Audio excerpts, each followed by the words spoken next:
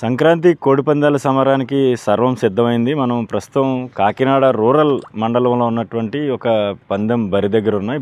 బరి దగ్గర చూడవచ్చు, చాలా పగడ్బందీగా ఏర్పాట్లు చేశారు. ఎందుకంటే వేల సంఖ్యలో జనం, పందెం రాయలు కావచ్చు, జనం కావచ్చు, ఇక్కడ పందాలు కాసేందుకు, వీక్షించేందుకు కూడా వస్తూ ఉంటారు.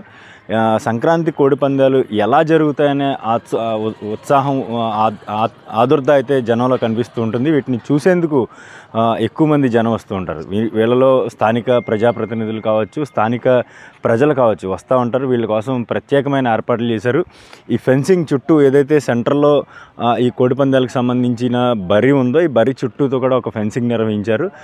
వీక్షించే వాళ్ళు ఎవరు కూడా లోనికి వెళ్లకుండా ఏర్పాట్లు అయితే ఇక్కడ చేశారు. ఎందుకంటే ఇక్కడ ఒక్కసారిగా జనం ఎక్కువైతే మాత్రం లోనికి వెళ్ళి కొంత డిస్టర్బెన్స్ జరుగుతుందనే నేపథ్యంలోనే ప్రతి సంవత్సరం ఈ పందాలు నిర్వహించే ప్రాంతాల్లో ఇటువంటి ఏర్పాట్లు అయితే చాలా పక్కగా చేస్తూ ఉంటారు. ఇక్కడ విఐపీల కోసం సీటింగ్ కూడా ఏర్పాటు చేశారు. ఎవరైనా స్థానిక ప్రజాప్రతినిధులు కావచ్చు, ఎమ్మెల్యేలు, అదేవిధంగా కొంతమంది మంత్రులు కూడా ఇక్కడికి వచ్చి పందాలను వీక్షిస్తూ ఉంటారు. అయితే ఇది వాస్తవానికి మాట్లాడుకుంటే చాలా చిన్న బరి ఇది. ఈ బరిలో సుమారుగా ఒక 15,000 నుంచి 25,000 మధ్యలో పందాలు జరుగుతూ ఉంటాయి. కొన్ని సందర్భాల్లో అంటే కోడి రంగును బట్టి పందాలు నిర్వహిస్తూ ఉంటారు. పెద్ద కోడి, అదేవిధంగా బలమైనటువంటి కోళ్ళు మాత్రం వస్తూ ఉంటే పందాలు 50,000కి కూడా వెళ్తూ ఉన్న పరిస్థితి. ఇప్పుడిప్పుడే జనం రాక్ కూడా ప్రారంభమైంది. మనం చూసుకోవచ్చు, ఇప్పటికే ఒక పుంజు కూడా తాను కూడా పందానికి సిద్ధమంటూ కాలు దువ్వేందుకు సిద్ధమైన పరిస్థితి.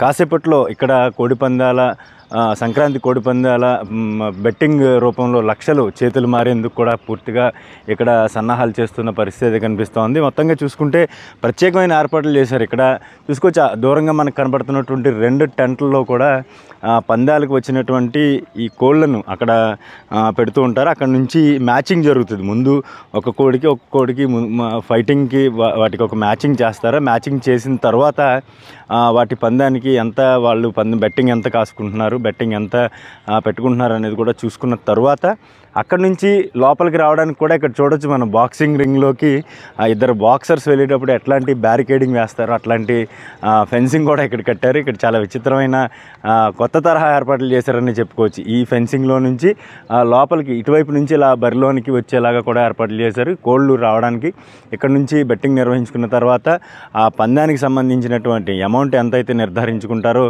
ఆ పందాలకు సంబంధించినటువంటి మొత్తం వ్యవహారం పందెం పూర్తి అయ్యేసరికి అక్కడికక్కడే చెల్లింపులు కూడా జరుగుతూ ఉంటాయి. ఇటువంటి బరిలు అయితే పూర్తిగా మనం ఇటు ఉమ్మడి తూర్పుగోదావరి జిల్లా వ్యాప్తంగా కూడా వందల సంఖ్యలో బరులు ఏర్పాటు చేసిన పరిస్థితి అయితే స్థానికంగా మనం చూడవచ్చు. ఈరోజు భోగి రోజు మధ్యాహ్నం 12 గంటల తర్వాత ఈ పందాలు ప్రారంభమయ్యే అవకాశం ఉంది.